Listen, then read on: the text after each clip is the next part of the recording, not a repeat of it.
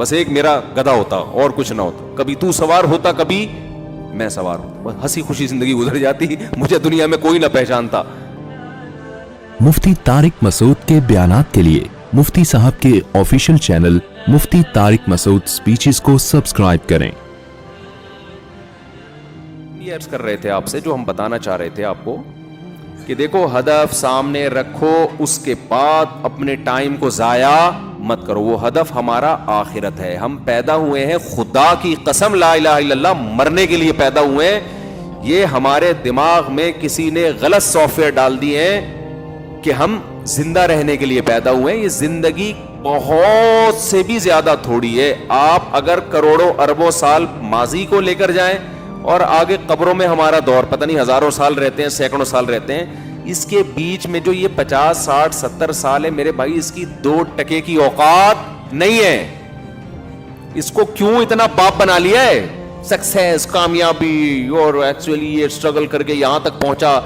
جہاں مرضی پہنچ جائے بھائی, تو تھوڑے دنوں میں کہاں آنے والا ہے؟ قبر میں آنے والا. تھوڑے دنوں کو پتہ بھی نہیں ہے کب آئے گا. کیوں وہ اتنا باپ بنا لیا اس کو؟ صحت مسلط ہوتی ہے تو صحت مسلط ہو جاتی ہے, دولت مسلط ہوتی ہے تو دولت مسلط ہو جاتی ہے, شہرت اور عزت کی چاہت مسلط ہوتی ہے تو وہ مسلط ہو جاتی ہے. مشہور ہونے کا شوق, پاگل والی حرکتیں کر رہا ہوتا ہے مشہور ہونے کے لیے. ایسے بھی یوٹیوب پہ آپ پہ لوگ ملیں گے, مشہور ہونے کا بہت شوق ہے, سمجھ میں نہیں آ رہا کیسے ہو جائیں ہم. ارے یار مشہور ہو کے کیا ہوگا, تھوڑے دن میں مر جاؤ گے. جتنا بھی مشہور ہونا, جنازہ پڑھنے کے بعد 2-4 دن یاد کرتے ہیں, اس کے بعد بھول جاتے ہیں. تم اپنے باپ کو لوگ یاد نہیں رکھتے تو مشہور آدمی کو کہاں سے یاد رکھیں گے؟ اتنے بڑے بڑے مشہور لوگ پیدا ہوئے, اور ایسے ایسے مشہور لوگ دنیا میں پیدا ہوئے ہیں نا کہ ان کے پہ لوگوں نے جانے دیے.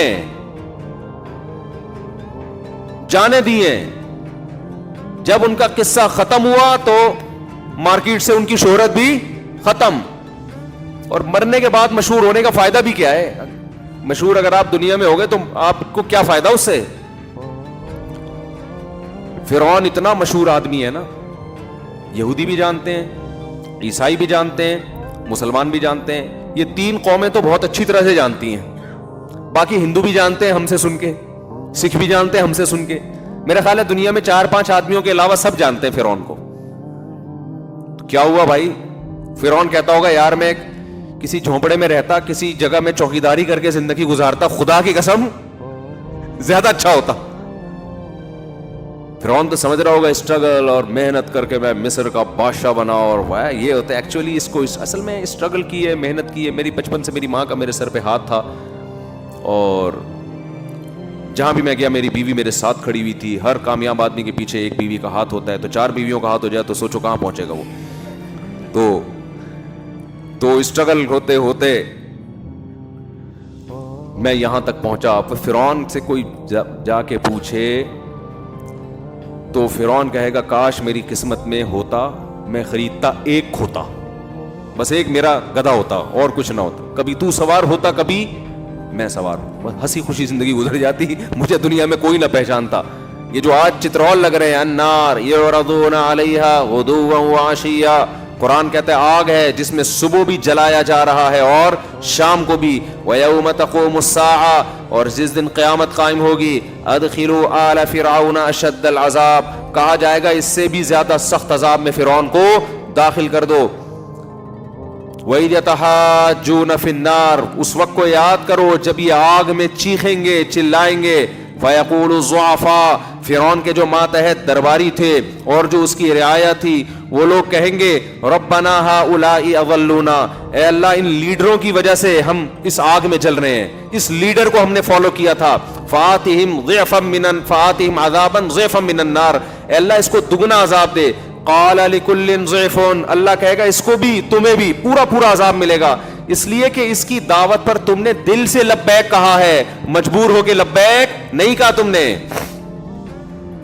مجبوری کے حکام تو یہ ہے کہ وقال رجل مؤمن من آل فرعون یکتم ایمانہ, فرعون ہی کے دربار میں ایک شخص مسلمان ہو گیا تھا, مجبور تھا, ایمان کو چھپا لیا تھا اس نے, اس کو اللہ نہیں جہنم میں ڈالیں گے. کوئی غیر مسلم کہتا ہے میرے ماں باپ کافر ہیں تو میں مجبوراً کافر ہوں, میں اسلام میں اسلام قبول نہیں کر سکتا, مجھے مار دیں گے. بھائی اسلام نے آپشن دیا, چھپ کے مسلمان ہو جاؤ.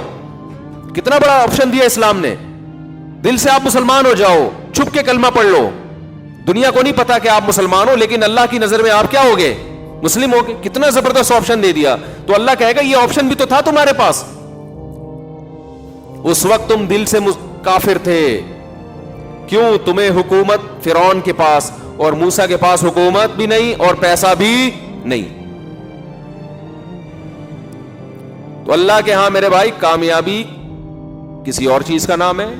فرعونیوں کے ہاں کامیابی, آپ کہہ سکتے ہیں وہ تو ظالم تھا, ہم ظالموں کی حمایت تھوڑی کر رہے ہیں.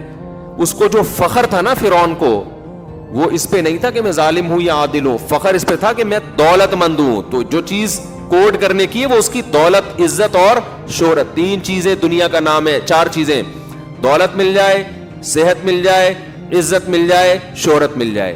کوئی 5ویں چیز کی خواہش ہوتی ہے انسان کو؟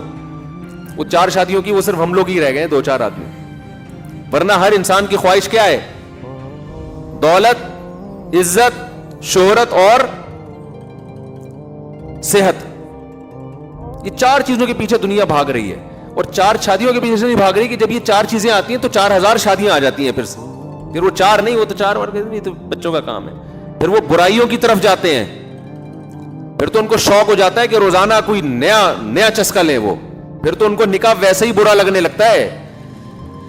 ابے وہ تو ٹینشن ہے نا. نہیں آئی بات؟ دیکھو سعودی عرب میں جب پیسہ کم تھا تو 4 کا رواج زیادہ تھا, جب پیسہ زیادہ آیا ہے تو 4 کا رواج کم ہوا ہے, حالانکہ وسائل بڑھ گئے. تو یہ جو 4 کی باتیں میں کرتا ہوں نا, لوگ کہتے ہیں کہ وسائل نہیں ہے, تو وسائل جب ہوں گے نا تو یہ 4 کا رواج اور کم ہوگا, بڑھے گا نہیں, کیونکہ عیاشی بڑھتی ہے. تو میرے بھائی مجھے یہ بات بتاؤ, یہ 4 چیزیں فرعون کے پاس ہول سیل کے حساب سے تھی یا نہیں تھی؟ اور انہی پر فخر کرتا تھا کہ میں ایسا. اور موسیٰ کے پاس صرف صحت تھی, باقی 3 چیزیں نہیں تھی. اور ایوب علیہ السلام کے پاس صحت بھی نہیں تھی, ساری زندگی بیماریوں میں گزری. پیغمبروں کو اللہ اچھی صحت اس لیے دیتے ہیں تاکہ دعوت اور تبلیغ علی وجہ الکمال کر سکیں, اس لیے سارے پیغمبر صحت مند ہوتے ہیں. ایوب علیہ السلام کو ایک عام اصول سے ہٹایا گیا کیونکہ ان کی آزمائش یہ دی گئی, اور اس میں ہمارے لیے عبرت تھا کہ کل کوئی بیماریوں میں زندگی گزارتا ہے تو اس میں صبر کرے. کس کی سیرت دیکھ کر؟ ایوب علیہ السلام کی سیرت دیکھ کر. ورنہ پیغمبروں کی صحتیں اللہ بہت اچھی رکھتے ہیں, زبردست رکھتے ہیں.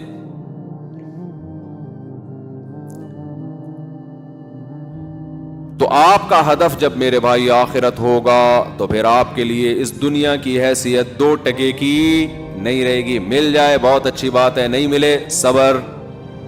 آج جتنے ڈپریشن کے مریض آپ کو, اسٹریس کے مریض دنیا میں نظر آئیں گے, سارے ان 4 میں سے کسی ایک چیز کی کمی کی وجہ سے احساس کمتری کا شکار ہوں گے. ہائے یہ اس کے ساتھ یہ ہو گیا, ہائے مجھے پاس تو کچھ بھی نہیں ہے, ہائے میرے پاس تو کچھ بھی نہیں ہے, ہائے میرے پاس تو کچھ بھی نہیں ہے, ہائے میں تو غریب ہوں, ہائے میں تو بی سے بغیرت ہوں, ہائے میں تو فلانا ہوں, ہائے میں تو یوں. یہ ٹینشن ہوتے ہوتے اس کے دماغ کو کیا کر دیتی ہے؟ خراب. مسلمان کی خوشی دولت میں نہیں ہے, مسلمان کی خوشی دنیا کو مسافر خانہ سمجھنے میں. ٹرین میں جا رہے ہیں, چھکا چھک چیزیں آ رہی ہیں نا. ابے بھائی ٹرین کا بچپن کا سفر بڑا مزے کا ہوتا تھا, کھڑکی والی سائڈ پہ بیٹھتے تھے. ہمارے تو بہن بھائیوں میں پھڈے ہوتے تھے, کھڑکی والی جگہ نہیں ملی. جو بیٹھ جاتا تھا اس کو اٹھانے میں کئی گھنٹے لگتے تھے, اس کو گھسیٹتے تھے ہم, اٹھ بھائی میں بیٹھوں گا. تو اس میں کیا ہے, سفر میں انجوائے کرتا ہے نا آدمی. آج یہ آ رہا ہے, پھر وہ دریا آ رہا ہے, پھر ڈگڈم ڈبڈم, وہ جو نہیں پل پہ سے گزرتی اس کا الگ. مٹی کے گھر آ رہے ہیں, گائے بھینسیں دم ہلاتی آ رہی ہیں, پھر شہروں میں داخل. تو یہ بڑا ایک کیا ہوتا ہے, اس سے سفر کو بس اتنا ہی انجوائے کر سکتا ہے آدمی. اس سے زیادہ سفر کو لفٹ کرائیں گے تو ٹینشن بڑھے گی. آپ نے مزید لفٹ کرایا کہ کھڑکی اتنی اچھی, سیٹ اتنی اچھی, تو میں یہیں بیٹھوں گا, کیا یہ مجھ سے چھوٹ جائے گی؟ یہ ٹینشن ہے بھائی, یہ بھی ٹینشن.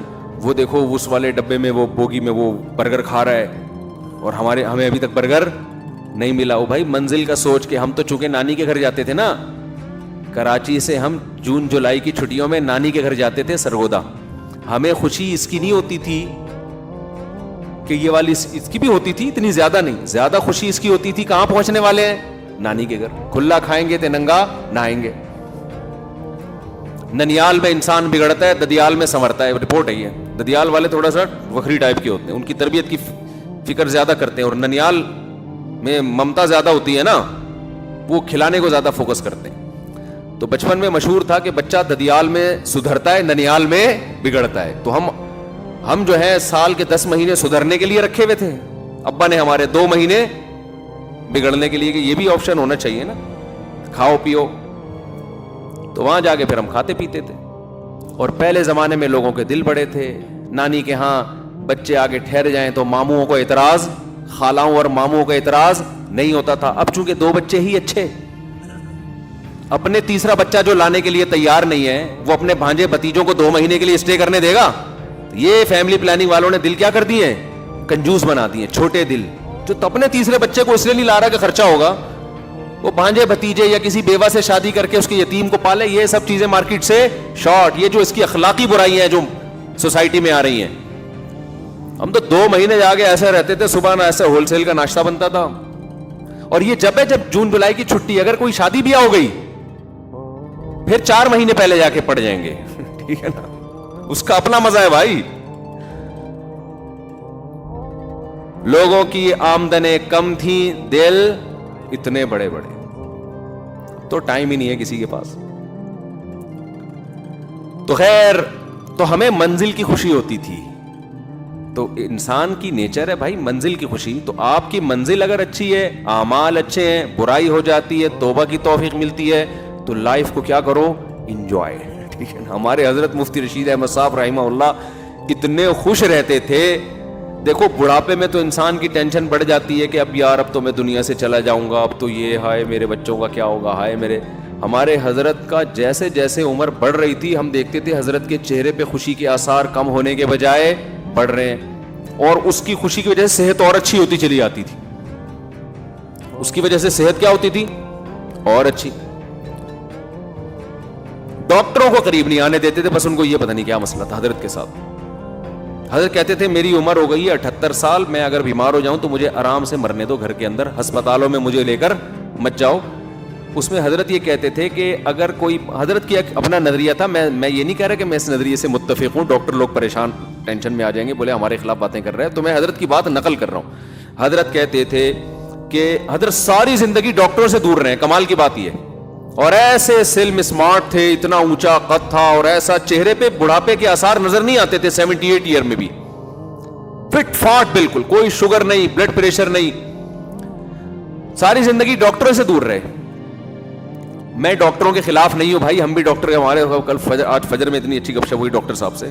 تو میں حضرت کا ایک کانسیپٹ آپ کے سامنے پہ, ان کا یہ نظریہ تھا کہ تمام دوائیں بچوں کی پہنچ سے تو دور رکھو, تمام بچے بھی ڈاکٹروں کی پہنچ سے. لیکن میں آپ کو بتاؤں, بچہ بیمار ہو تو چائلڈ اسپیشلسٹ کے پاس لے جائے گا, زیادہ فنٹر بننے کی کوشش نہ کریں, ہر آدمی کے حالات ایک جیسے نہیں ہوتے. تو حضرت کا یہ تھا ساری زندگی ڈاکٹروں سے دور.